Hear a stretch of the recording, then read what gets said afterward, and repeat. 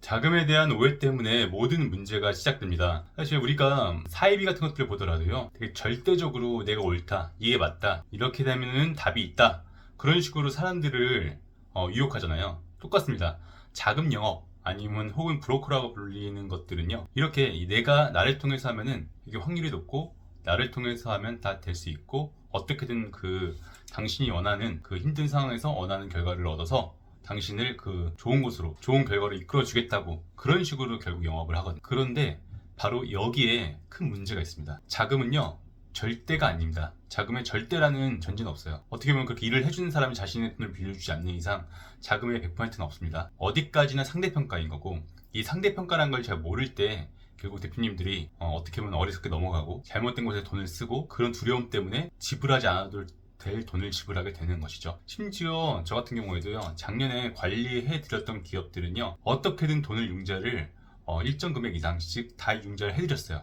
한 절반은 예상보다 훨씬 많게요. 하지만 그럼에도 불구하고 제가 작년에 모든 관리 기업을 그렇게 해줬다고 하더라도 항상 이게 절대적으로 막 난 할 수 있고, 그렇기 때문에 날 믿어라고 말씀을 드리지 못합니다. 그래서도 안 되고요. 그건 어디까지나 저의 경험적인 일이었지, 이게 뭐 수학 공식처럼 무조건 된다는 것이 없으니까요. 어떻게든 저도 작년에 그렇게 해드리려고 이 방법 저 방법 여기저기를 다 통해서 융자를 시켜드렸지만, 노력해서 이루어진 거지만 이게 제가 무조건 앞으로도 그렇게 할 수 있다는 전제는 될 수가 없거든요. 네. 그럼 왜 정책자금엔 100%라고 없다고 말씀드릴까요? 일단 정책자금은요, 뭐 중진공이든 신보든 재단이든 지역별로 돈이 편성이 됩니다. 그러면 그 지역 안에서 그 자금을 원하는 기업들이 많이 있을 거잖아요. 자금은 모든 기업이 다 원하니까 그 자금을 원하는 기업 중에서 그 가장 한마디로 가점이 높고, 그러니까 쉽게 얘기해서 경영 잘 되고 있고 대표자가 성장할 가능성 보이고 한 그 좋아 보이는 기업한테 돈을 더 주게 됩니다. 그래야 자신들은 돈을 빌려주는데 어쨌든 못 갚는 일이 발생되면 자신들은 사고가 일어나는 것이니까, 그런 사고가 일어나지 않도록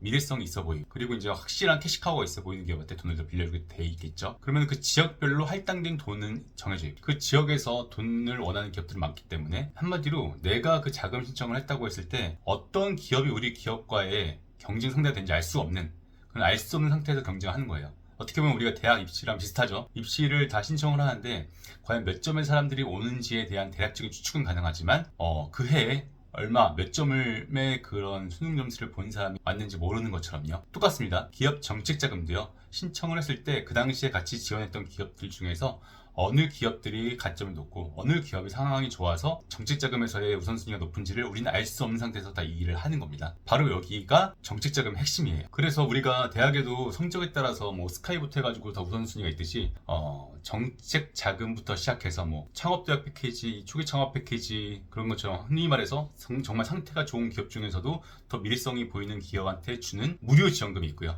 당연히 그런 것들은 조금 더 어렵고요. 예. 그리고 그 다음에 중소벤처기업진흥공단, 서남공인시장진흥공단처럼 직접 대출이라고 하죠. 그 기관들에서 직접 대표님 통장으로 돈을 넣어주는 구조. 그래서 금리가 2, 3%로 지금도 저렴한 그런 정책자금이 그 다음으로 경쟁률이 치열하고, 마지막으로는 신용보증기금, 기술보증기금, 뭐 재단처럼 우리가 항상 은행 연계한 보증서 대출로서 대출을 해주는, 그렇기 때문에 그 보증서 비용도 좀 더 껴서 은행 대출 금리까지 껴서 금리는 좀 더 높지만, 어쨌든 다른 때에 단순 은행으로 돈을 빌려준 것보다 더 많은 돈을 빌려줄 수 있는 그런 보증서 대출, 그런 순으로 좀 어렵다고 보시면 됩니다. 꼭 대학도 펜처가 있는 것처럼요. 그런데 또 여기서 또 재밌는 게, 그렇다면 우리가 어려운 대출 아니면 어려운 무료 지원금, 뭐 창업 지원금, 그것일수록 우리는요, 상대평가 요소가 더 강하다고 보시면 되고요.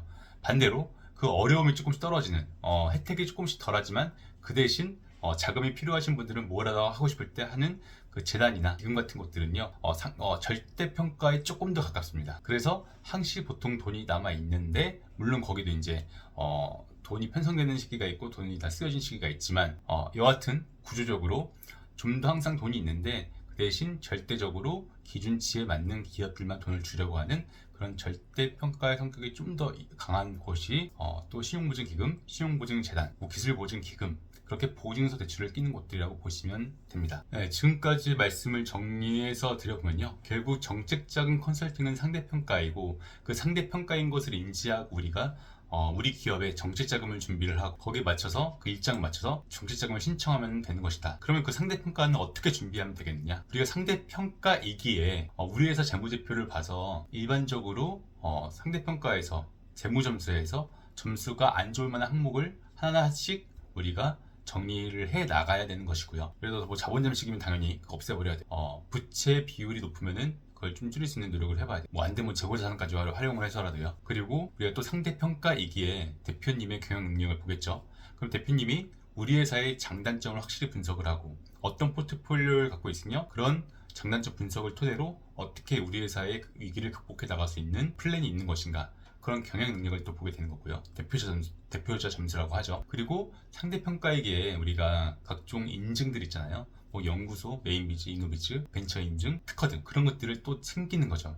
왜냐면 다른 기업들은 다 이런 게 있어. 근데 우리 기업에 이런 게 없어. 그러면은 우리는 이미 어떻게 보면은 다른 가점 점수에서 이미 밀리고 있는 거기 때문에 우리 기업이 상대평가로 밀릴 수 있는 확률이 더 커지겠죠. 그래서 저는 정책자금 컨설팅은 다른 게 아니라 이런 것들을 다 갖추고 잘 준비하고 최대한 확률을 높게 정책자금을 신청해서 받을 수 있게끔 해주는지, 단순히 경로나 방법을 모르는 분들한테 알려주는 거 아니면은 그분들 대신 신청해서 돈을 받는 거는 약간의 그냥 사행성 업무라고 생각을 합니다. 네, 그렇기 때문에 지양하려고 하는 것이고요. 네, 오늘은 이렇게 정책자금이 왜 상대평가인가, 그리고 왜 절대평가가 아니고 상대평가이기에 우리가 누구한테 전적으로 의탁해서는 좋은 답을 얻을 수 없는지를 다시 한번 좀 말씀을 드렸고요. 이걸 생각을 가지고 우리 기업에 대한 확실한 주관과 중심을 갖고 정책자금을 잘 준비해 나가시는데 특히 마인드적으로 큰 도움이 되길 바라겠습니다. 이상으로 해결사 조 팀장이었습니다.